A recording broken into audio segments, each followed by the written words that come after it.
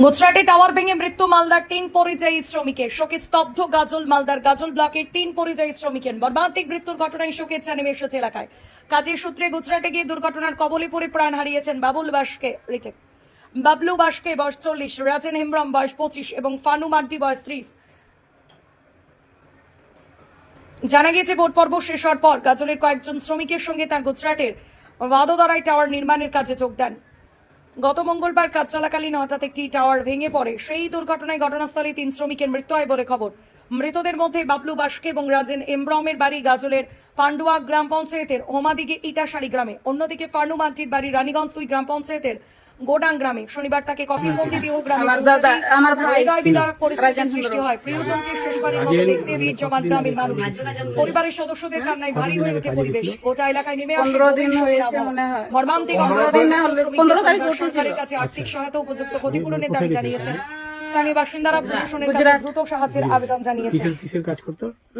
টাওয়ারের কাজ করতো। তারপরে আপনারা মানে ঘটনাটা জানলেন কিভাবে? মিস্ত্রির কাছ থেকে হ্যাঁ, ওই বলে দিয়েছে, ওই আমার ভাইটা নাই। আগে বলে দিয়েছিল না, মঙ্গলবারে বলেছে যে বেঁচে আছে, কিন্তু ভাই মানে ইয়ে হয়েছে, জখম হয়েছে, কিন্তু বেঁচে আছে। বুধবারে জানতে পারলাম যে আমার ভাইটা নাই, পৃথিবীতে চলে গেছে আমাদের কাছ থেকে। তারপরে আপনার ভাইকে এখানে গ্রামে কবে আনা হলো? শুক্রবারে, কালকে রাত্রে 10টার সময়। আচ্ছা, শুক্রবার। আমার ভাইটাই আমাদের সংসারটা চালাতো। আচ্ছা। তাহলে এখন ভাই তো নাই, তাহলে এখন সংসারটা আগামী দিনে কিভাবে চলবে, কি ভাবছেন? সংসার কিভাবে চলবে ওটাই আমরা চাই, যে সরকার আমাদের জন্য ব্যবস্থা করুক। আমরা না হলে কি নিয়ে আমরা বাঁচবো, কি আমাদেরকে পোষাবে?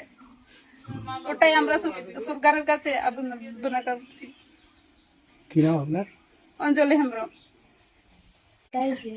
সরকার আমাদের জন্য ব্যবস্থা করুন।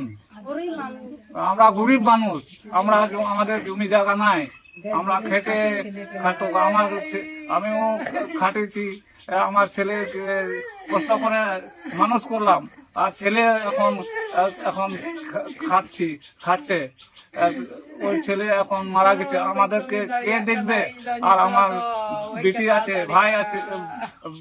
আছে, রাজনের ভাই আছে, ওরা কে দেখবে? এখন আমি তো বড় হয়ে গেলাম, সরকারের থেকে দাবি চাই।